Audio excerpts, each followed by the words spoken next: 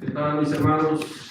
Iglesia Bautista Fundamental, Palabra Viva. Es una bendición poder estar con ustedes a través de este medio. Claro, nunca se compara a estar de manera presencial y verles, y poder abrazarles, saludarles. Pero, bueno, son situaciones extraordinarias y gracias a Dios tenemos esta bendición, por lo menos de manera electrónica, poder estar en contacto. Agradezco al pastor Germán por la invitación que me hace. Les recuerdo siempre con mucho cariño las familias de esta iglesia, obviamente el pastor y su familia son hermanos queridos que se les guardan en el corazón, anhelando poder verles otra vez, visitarles y hacer y como no nada más compartir la palabra de Dios, pero también algunas de las comidas colombianas. Que Dios les bendiga, un abrazote desde México. Y quiero en esta mañana mirar ahí en Marcos 16:15, donde dice la Biblia, y les dijo, id por todo el mundo y predicad el evangelio a toda criatura. Quiero un momento para orar y que Dios nos ayude. Padre, gracias, Señor, por este día, por la oportunidad de estar, Señor, a través de este medio, conectado con mis hermanos allá en la iglesia Palabra Viva en Colombia. Gracias por su pastor. Gracias por los hermanos. Ayúdanos, Señor, a ser fieles en este tiempo. Y, Señor, que tu nombre sea glorificado. Bendice esta reunión de manera electrónica, pero con tu Espíritu Santo, con tu persona que está en todas partes. Te necesitamos. Bendice en Cristo Jesús. Amén. En esta ocasión, hermanos, quiero tomarme el tiempo para hablar de algo que siempre ha sido cercano a mi corazón, porque es cercano al corazón de Dios y a la Biblia. Quiero tomar el tiempo, hermanos, para abogar por aquello por lo cual Cristo vino. Mire, tenemos que entender cuál fue el propósito de la venida de Cristo a este mundo por primera vez. Sabemos que vendrá por segunda vez, pero cuando vino por primera vez, no vino para que se le recordara a través de una Navidad o de una Semana Santa. Eso no fue.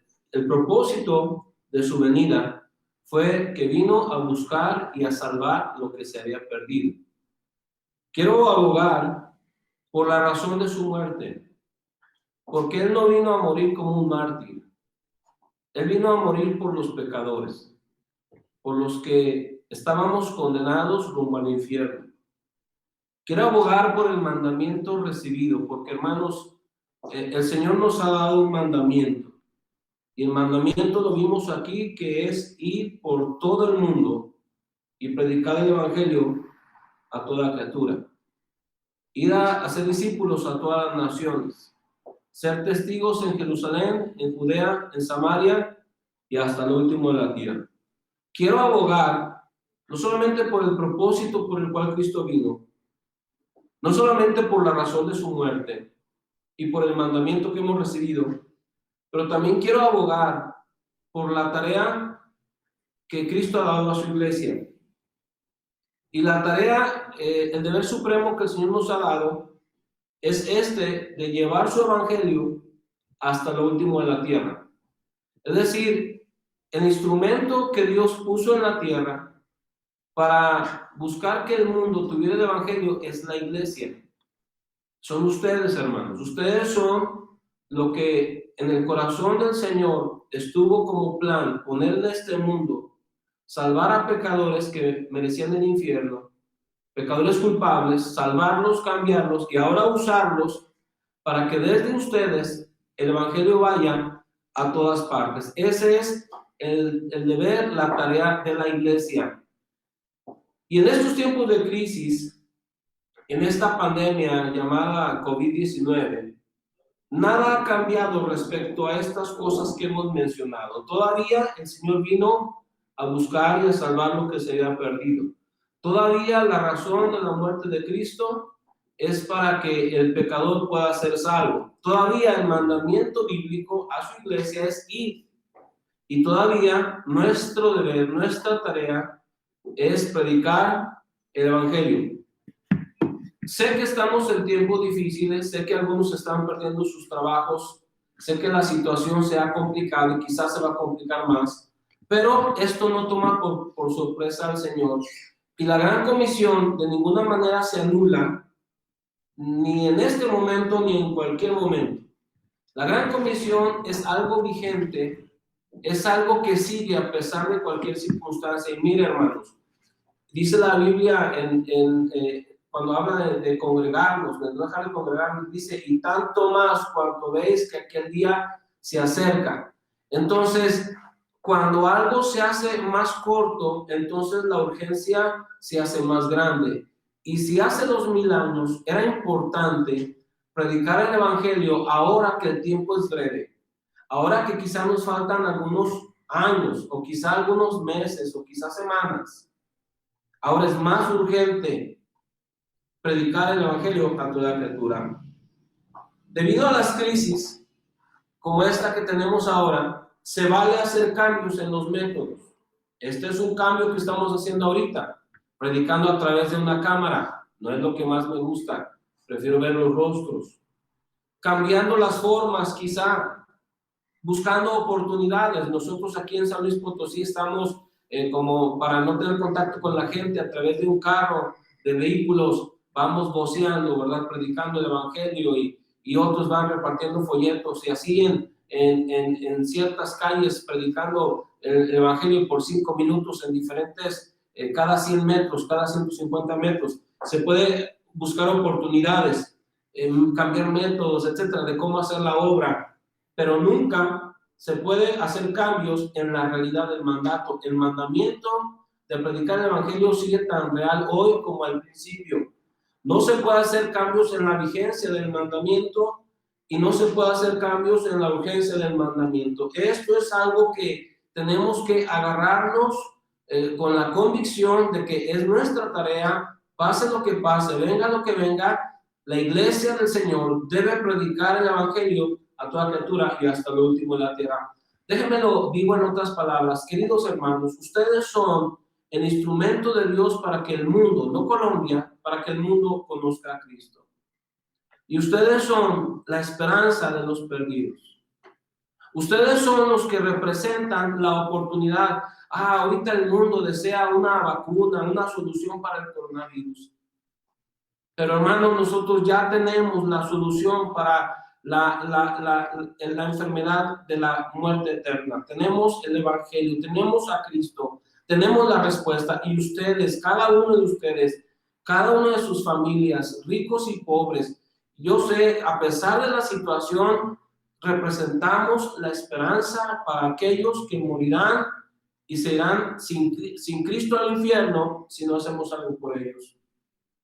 La importancia de la gran comisión permanece a pesar de la crisis, a pesar de la persecución que pueda haber y a pesar de la falta de economía.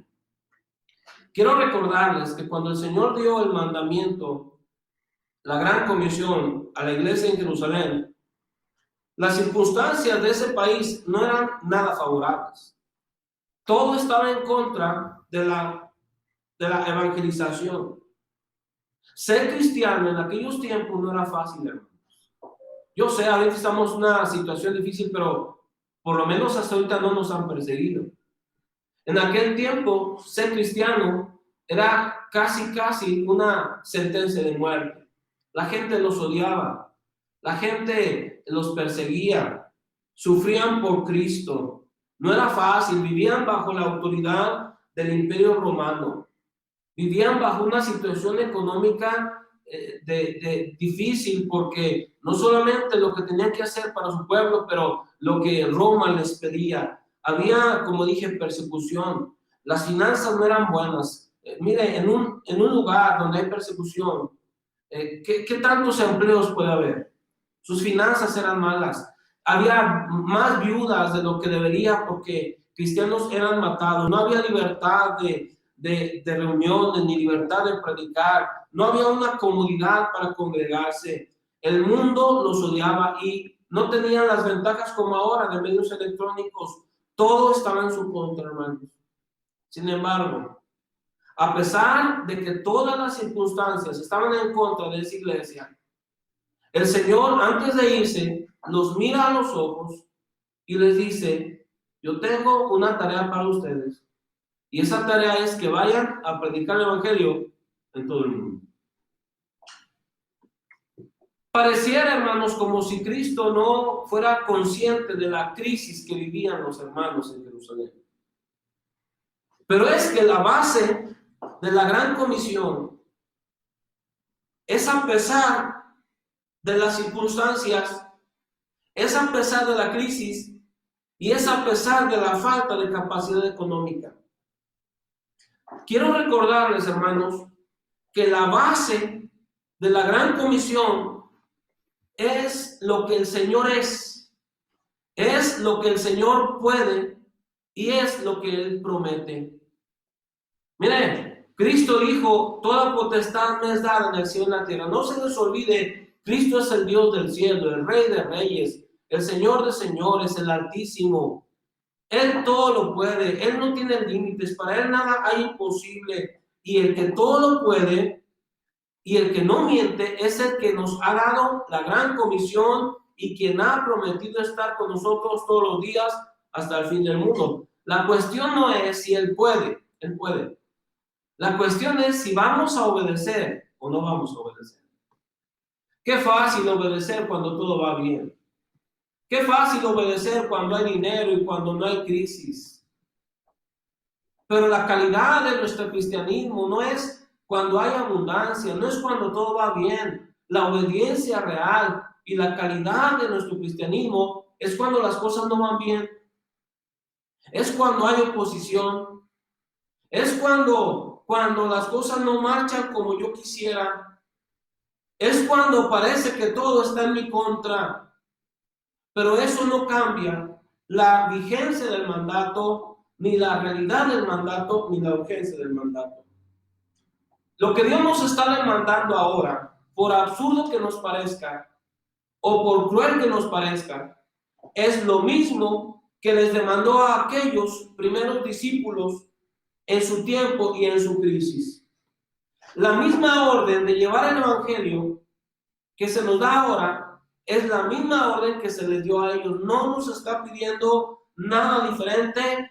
Todo estaba en contra para ellos, y aunque las cosas estuvieran en contra para nosotros, el mandamiento sigue vigente.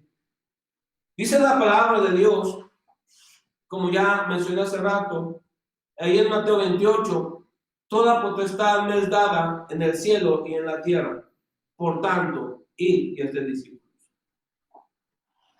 Yo sé que usted lo sabe, pero le recuerdo, la gran comisión nunca es un mandamiento de hombres.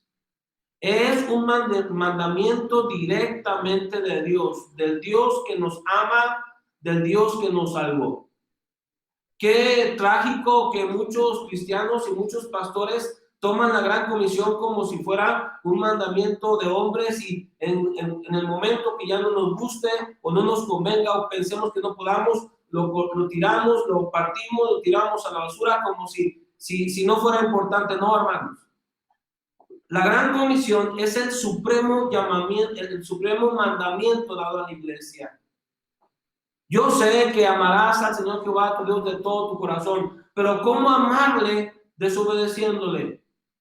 Yo sé que amar al prójimo como a ti mismo, pero ¿cómo amarle dándole un pan, pero no dándole el evangelio?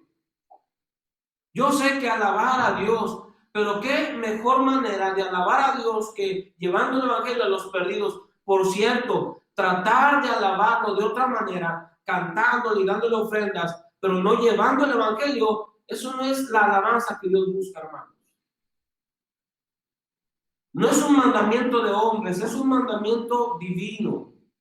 Dios no fue tomado por sorpresa por el coronavirus. No fue, ahora hay coronavirus, ¿qué va a pasar con mi obra? No, hermanos. Dios nunca ha sido tomado por sorpresa y tampoco fue tomado por sorpresa ahora. Dios sabía cómo estaban los discípulos en aquel tiempo cuando les dio el mandamiento, y Dios sabe cómo estamos ahora en este tiempo, en este momento. Él conoce todo.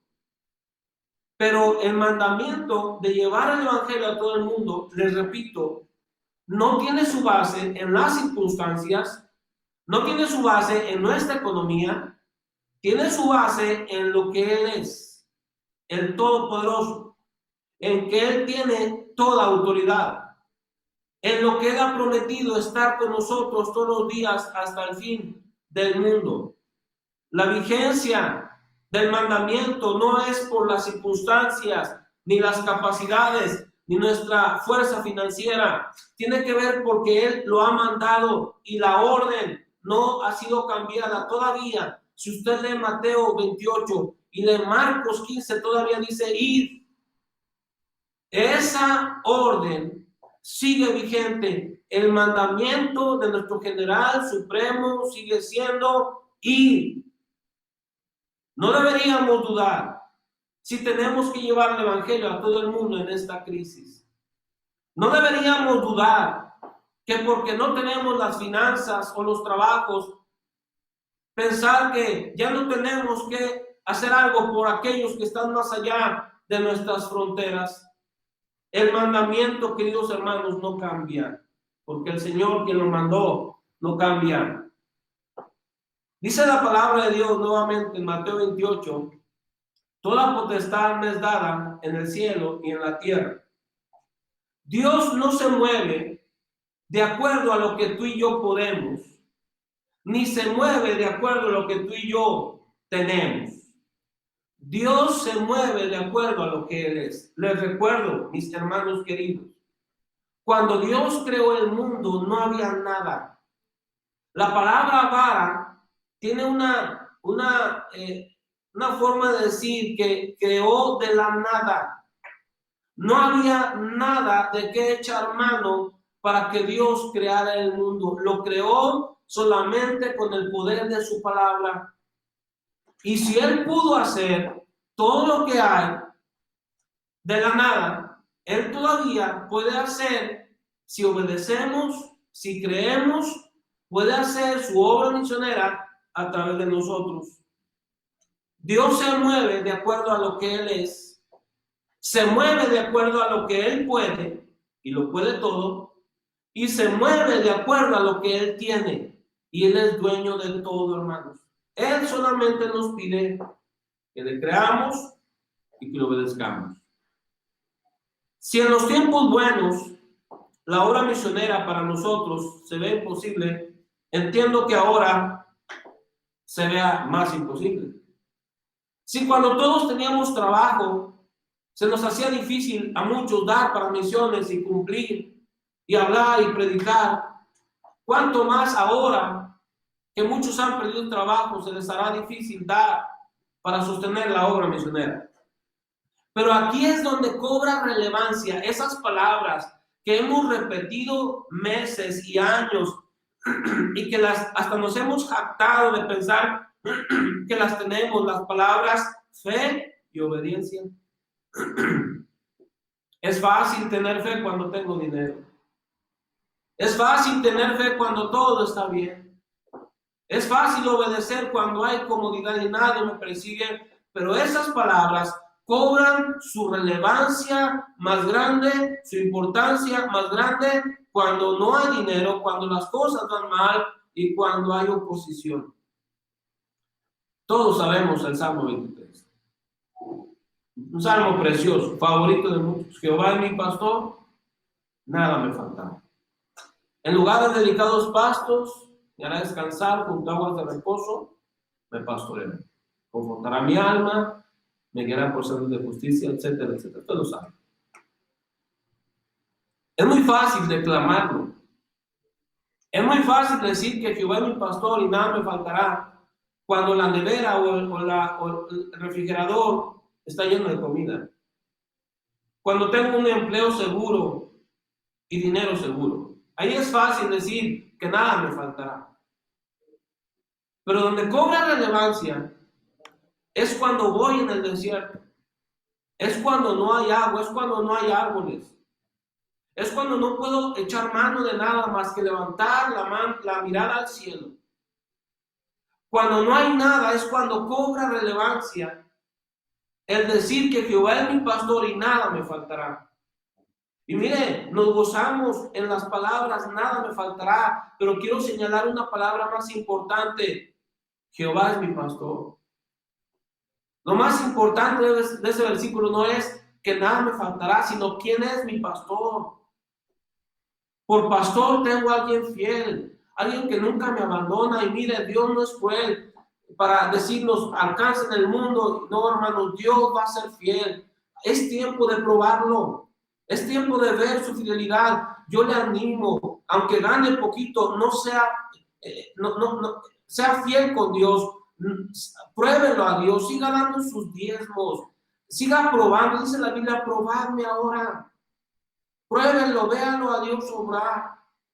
Siga dando para misiones. Quizás no pueda dar todo, pero dé para misiones. No cometa el error de creer que no va a pasar nada. La verdad, queridos hermanos, es que el problema no son los tiempos difíciles. El problema es que en verdad no tenemos la fe que hemos dicho que tenemos. Y el problema es que en verdad no tenemos la obediencia que hemos dicho que teníamos, hermanos. No solamente el mundo está a prueba. Creo que principalmente los cristianos somos los que estamos a prueba. Porque hemos usado palabras, fe y obediencia, cuando todo estaba en comodidad y en bienestar y bendición. Pero cuando viene la prueba, cuando viene la situación difícil, cuando todo cambia, fácilmente aventamos la toalla. Fácilmente dejamos de dar, dejamos de trabajar. Y pensamos erróneamente que Dios nos excusa de no hacer la obra misionera. Y pensamos como que Dios nos mira y dice, no se preocupen, hermanos de la Iglesia Bautista Fundamental, Palabra Viva en Colombia, yo sé que están en crisis, no se preocupen, la obra misionera no es para ustedes. Hermanos, Dios no hace eso, hermanos. La necesidad, la comisión todavía nos es impuesta.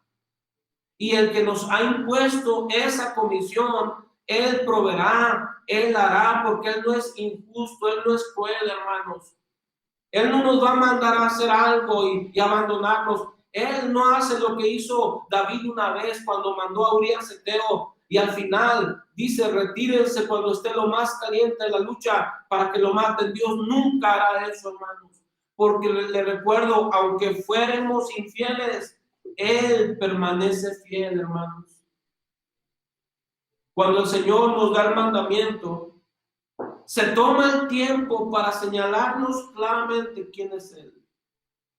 Que no se nos olvide quién lo ha dicho. No un pastor, no el fundamentalismo, lo ha dicho el Todopoderoso. Nos manda el que tiene todo poder en el cielo y todo poder en la tierra. En Romanos 3:23 nos dice, por cuanto todos pecaron y están destituidos de la gloria de Dios. Yo sé que usted está en crisis, hermano. Yo sé que quizá la está pasando mal. Quizá vendrán tiempos difíciles. Pero quiero recordarles que un día, y quizá muy pronto, todo va a cambiar. Un día estaremos en un lugar donde dice la Biblia que ya no habrá muerte, no habrá llanto, no habrá clamor ni dolor. Las primeras cosas pasaron. Dice la Biblia que esta leve tribulación momentánea produce en nosotros un cada vez más excelente, eterno peso de gloria. Dice la Biblia que esta leve tribulación momentánea no es comparable con las glorias venideras que nosotros han de manifestarse. Vienen tiempos muy buenos para los hijos de Dios. Vienen tiempos maravillosos donde un segundo en la presencia de Dios hará olvidar todo, hermano. Sí, estamos en crisis, pero esto es pasajero, esto es temporal. Pero escuche la crisis de los inconversos. Por cuanto todos pecaron y están destituidos de la gloria de Dios.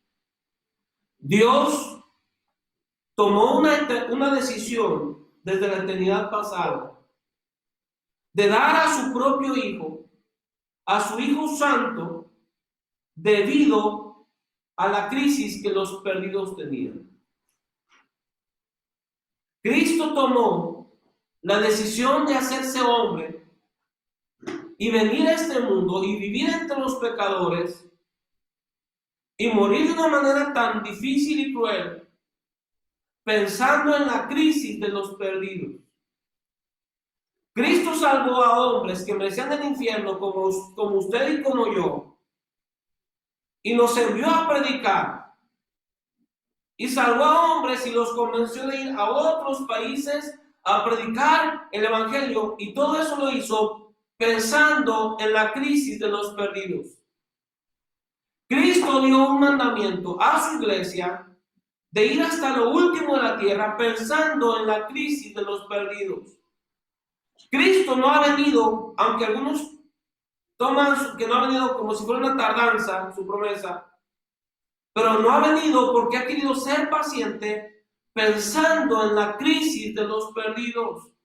Hermano, Dios piensa en ellos, su enfoque es ellos, el centro de atención de Dios, el centro de atención de su corazón. No es que no tengamos comida nosotros nada más, no, hermano. Dios no está pensando, centrado ahí en que ya perdí el trabajo o no tengo la situación económica que me norma. Dios está pensando en el alma de los inconversos, que no se pierdan, que no vayan al infierno. La atención del corazón y la mente de Dios no es nuestra condición, es la condición de los perdidos, hermanos. En otras palabras, no es que a Dios no le importe mi condición, mi crisis, pero va a estar bien todo un día.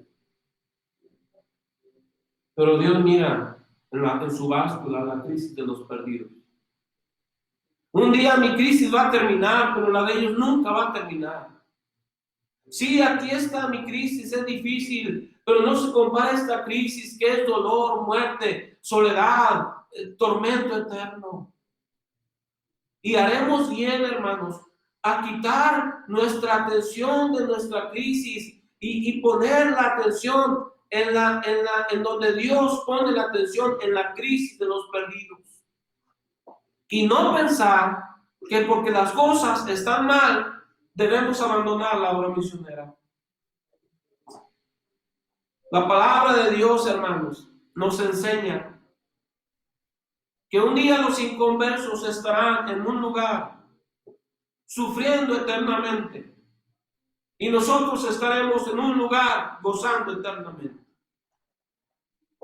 Entonces Dios, como que en sus matemáticas piensa, este inconverso, este cristiano sufrirá temporalmente, este inconverso sufrirá eternamente.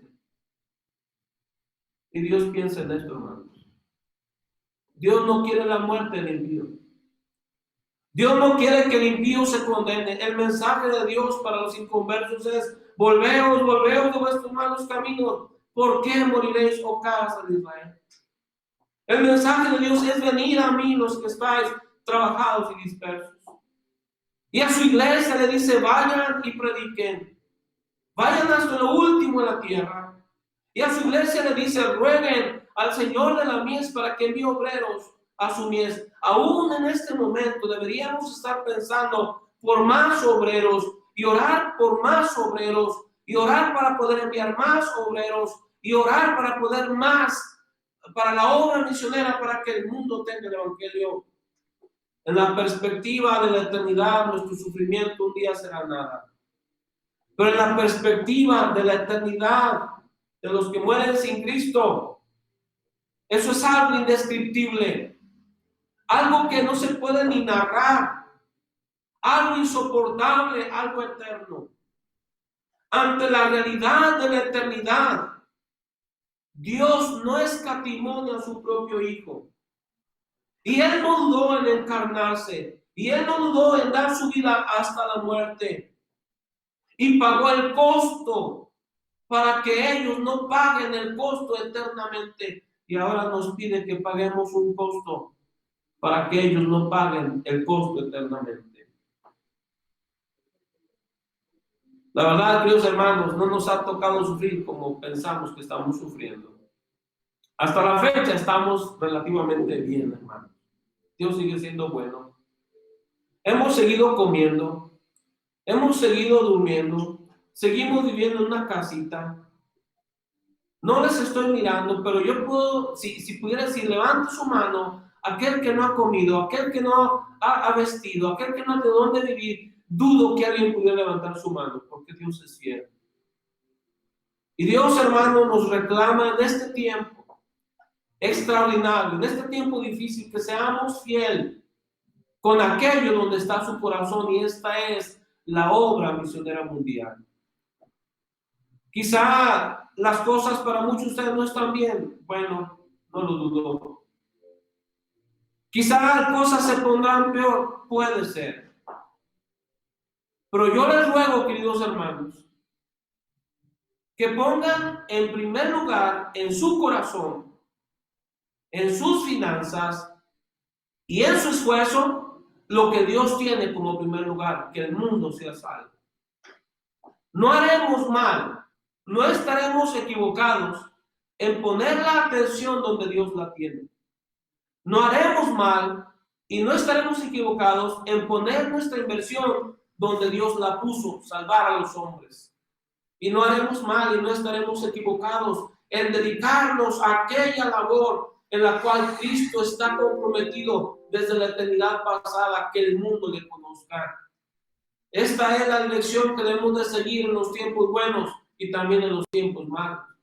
Ese es el rumbo marcado para la iglesia, y predicar el evangelio. Que Dios nos ayude, queridos hermanos. Le ruego con todo mi corazón, no piense en la obra misionera como algo opcional, como algo secundario, como algo que no importara. Piense en la obra misionera mundial como algo prioritario, algo vital, algo urgente. Y hermanos, quizá muy pronto Cristo venga. Qué triste sería, hermanos, como en una carrera. Usted sabe, los últimos metros de la carrera a veces definen la carrera. Qué triste que oramos en meses pasados, trabajamos y dimos por la obra misionera, y ahora que viene quizá la última recta, yo no sé, los últimos metros, aventemos la toalla, renunciemos, no le echemos ganas, no es el momento de correr más.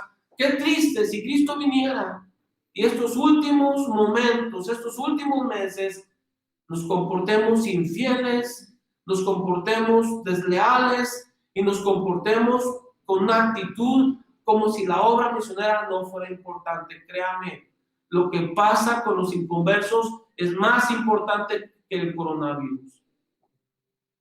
Y su condición y su destino es más importante que mi condición.